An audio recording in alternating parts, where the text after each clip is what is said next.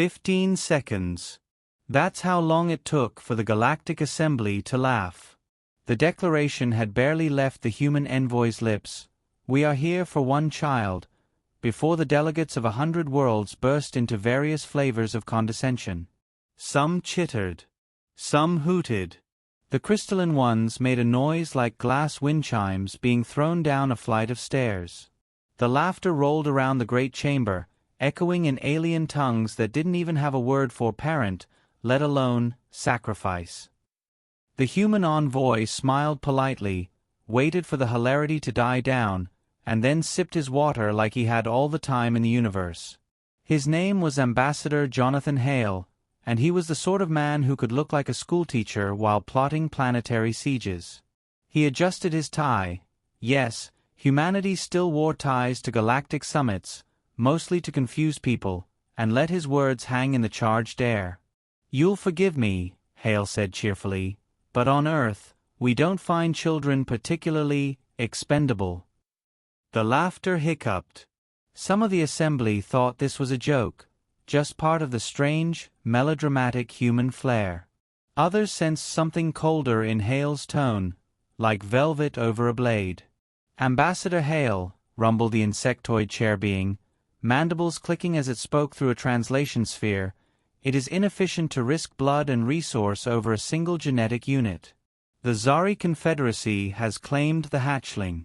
That is the end of the matter."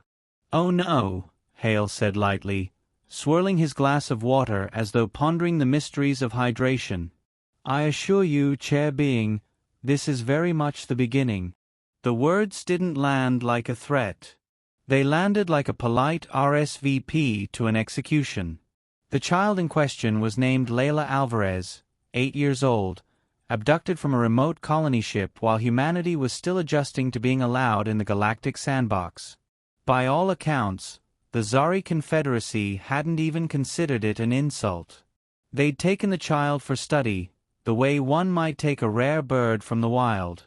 To them, the noise coming from the humans was a disproportionate fuss. "Humans make strange noises over spawn," said one reptilian observer, scratching its scales in confusion. "Attachment disorder," another alien diagnosed. "It will fade when the hive mind corrects them." Ambassador Hale listened to these murmurs with that same infuriating smile. His datapad glowed before him, and though the aliens thought he was reviewing procedural documents, he was in fact watching a live feed of human fleets mobilizing. Outwardly, he exuded charm, patience, and a schoolmaster's disapproval. Inwardly, he was timing how long it would take before someone asked the question he wanted. The question came from a spherical being made of fog. "Ambassador Hale, you claim your species would deploy force for one juvenile?" "Correct," Hale said, beaming. "Quite a lot of force, actually. An embarrassing amount, really. Nukes, dreadnoughts, lawyers, you name it." The laughter resumed, though thinner this time. The fog being's colors flickered uneasily. Hale tapped the datapad, and the vast chamber's holoscreens lit up with an image of the human fleet. 50 ships, gleaming, bristling, and arranged in the quiet, patient formation that predators adopt before a kill. He let the silence do its work. The condescension evaporated. The Zari delegation bristled. Their leader, a skeletal creature with limbs like scythes, hissed in disdain. "You threaten us with war, for a hatchling that isn't even your kin?" Hale's smile sharpened. "You misunderstand. We're not threatening war." He set the datapad down gently, like a teacher placing homework on a desk. "We're promising it." Gasps scattered through the chamber. No one had ever heard a human state anything so directly. Other species couched their intentions in centuries of ritual, riddles, or contractual obfuscations. Humans? They smiled, shrugged, and promised apocalypse. One aquatic delegate whispered, "But one child cannot carry such value." "Oh, absolutely," Hale said, his voice as bright as spring. "On Earth, A child is infinite value. We build civilizations around that idea. We tear them down too, if someone forgets it. I'd recommend you don't forget it. The scythe-limbed Zari slammed its claws on the podium. You cannot fight the Confederacy. We span 8 systems. Hale chuckled, as if amused by an eager student. 8, is it? I suppose that saves us the trouble of looking for your addresses. Somewhere deep in the chamber, someone laughed nervously. It wasn't the sound of superiority anymore. It was the laugh of someone realizing they'd invited a tiger into the petting zoo. The assembly was never meant to witness war declarations. It was a temple of diplomacy, woven from centuries of species learning not to annihilate each other at first contact. But as the debate spiraled, the humans remained perfectly calm, sipping water, adjusting ties, asking politely for the return of Layla Alvarez. Behind that politeness, chaos bloomed. Human cyber warfare units slipped into Zari comms. Colonies reported power grid failures. The Confederacy's prized shipyards developed unexpected explosions. None of it traced directly back to Earth. Humans had learned long ago the value of plausible deniability. You humans, said a crystalline diplomat, its facets trembling, you cannot possibly mean this. To burn for one child? No other species would. Exactly, Hale interrupted cheerfully. That's why we're special. We're the ones who do. The assembly went silent. The first skirmish came 3 days later, at the edge of the Sigma Draconis belt. The Zari sent a cruiser squadron to escort human diplomats out of their claimed space. Instead, they found themselves facing the ISS Dauntless, a warship painted in understated gray and carrying enough firepower to rewrite textbooks. When the Zari hailed, demanding retreat, Captain Imani of the Dauntless responded in a tone so polite it was practically British. Retreat? Oh no, dear. We're not here to retreat.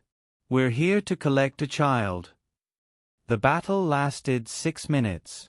Reports flew back to the assembly. The Zari, who had expected soft newcomers, were shocked to find humans fought like cornered wolves. They didn't retreat. They didn't hesitate. They pressed every weakness with ruthless efficiency, all while cracking jokes over the comms. One intercepted message from a human pilot read, "Tell command I'll be 5 minutes late," ran into some aliens who don't like babysitting fees. As the war escalated, the galaxy watched in fascination and dread. The Zari were powerful, but humans were creative. They weaponized asteroids, hacked logistics, and turned abandoned mining rigs into surprise missile platforms. But what unsettled everyone wasn't just the violence.